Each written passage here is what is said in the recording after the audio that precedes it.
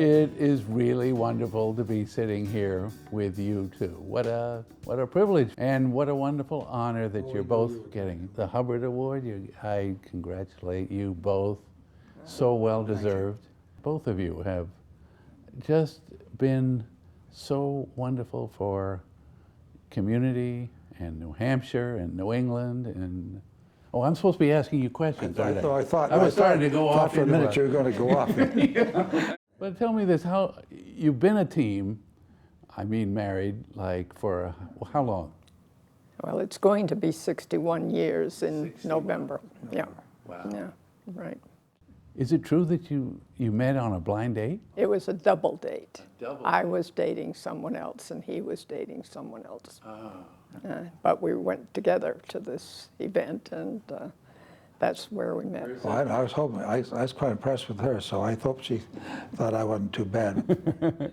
You once told me that, you know, Dorothy, you were always involved with whatever Walt was doing, but not necessarily right out front. But when you would go through may say as governor or as president of the college or whatever, and you'd come home and say you were going to do this, that, and the other, what would Dorothy do? It started when I was Speaker of the House, and I'd tell them, the fellows are thinking of doing something like this. And Yeah. so they say, oh, now why would they do that? Perfect question. That made him think. Yeah. I think I've always been at-home staff.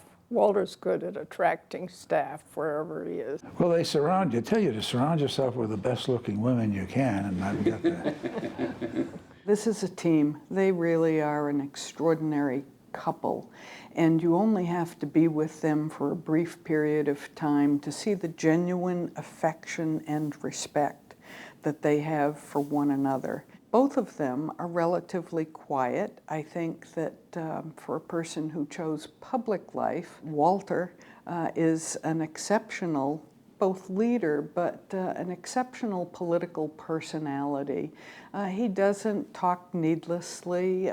He's kind of a Yankee in that sense, in the very best sense of that term. Likewise, Dorothy, who is also a somewhat quiet personality, is very well informed, and I think she is a steady influence in Walter's life. Well, I think my mother's involvement in my father's life, which, you know, in politics and in public life, is a testament to how much they truly love one another. She's a very, very private person, and really, it's almost magical the way she's able to become involved in organizations and projects, and you see a tremendous forward progress for these groups without it ever being clear that she was even there. A couple of the things that stand out in your mind are going on the board of the hospital here in town and then becoming the president of that board, and then at the same time somehow they had one of their largest fundraisers and ended up expanding the hospital, which included a large new wing that made it into really something of a medical campus with about 100 consulting physicians, you know, in a town of under 6,000 people. I've been a real supporter of the hospital, and the hospital has taken very good care of me and my family. She went to the Historical Society where she became president, and if you go down to the Historical Society now, it's a different world. Now it again is really a campus down there with different sections with exhibits on the history of the town. There was a new slate roof put on the building. The building was totally rehabbed within. There were other buildings moved on the campus. Those buildings were rehabbed, so forth. And yet you never would have known she was there, you know. But somehow, contemporaneous with her being there, this happened. She had a number of interests, and those interests have benefited greatly. They are people who have given and given and given and given and given beyond what most people would believe is possible. They're not people of extravagant means, and they have been enriched by it. They end up enriched. I've made a practice wherever I worked in education that I, in effect, tax myself. I always had part of my salary deducted right from the start. Yeah, when I went to UNH, I did that.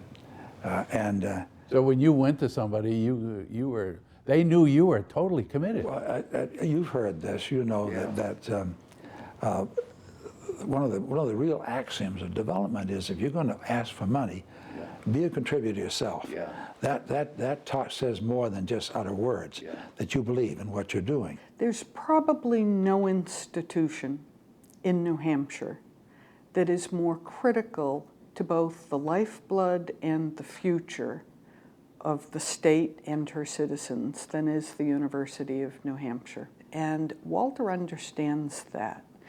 He is committed, like few other public officials I've known, to the concept of higher education. He not only invests as a leader in trying to accomplish those goals, but philanthropically, he and Dorothy have been very generous. I think that the university has come a long way in recent years, and there are many, many people that deservedly should get credit for that. You go through life, you get lots of interests. Yeah. The attachment that you make become very important. Yes. And we've always believed in the importance of education.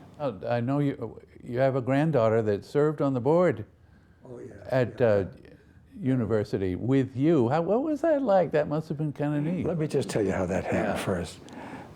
She said, "Papa," they all call me Papa in the family. And she said, "Papa, I'm running for the seat as a student trustee for the university board." And I said, "Well, that's wonderful, dear." I said, "Let me give you a little bit of advice. Don't tell them you're related to me, because they may not help you, you know." My daughter Anna served on the board with my father for, I guess, one of his last years on the board and as student trustee. And it was very exciting for them to be able to be together. Thought it was kind of cute. She said, I have to be very careful not to say, I agree with Papa on the board. Very cute. Yeah, that's nice. That was. That was cute. I think it was a chance a little bit for her to see him in action and vice versa. And I know they both came away impressed.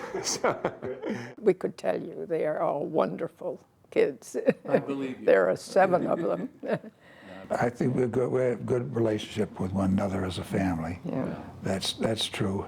I think the example you set isn't just telling people what they should be doing, but the example you set as a personal example is the most important Well, you example. both have set very fine examples, though. Well, You can rest Dorothy easy, you've certainly done your has. job. And I've listened to her. Can I ask you a very unfair question? Sure. I thought that's what you've been doing. Well, I right? know.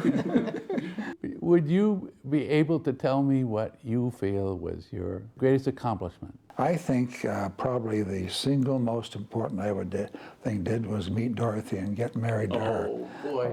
You have made such success on being diplomatic and wonderful, and you just showed it. Well, it happens, in this case, it happens to be true.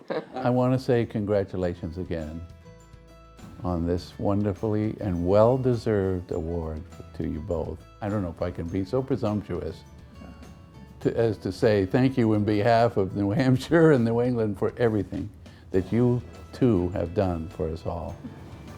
Coming from you, that means a great deal. Thank you.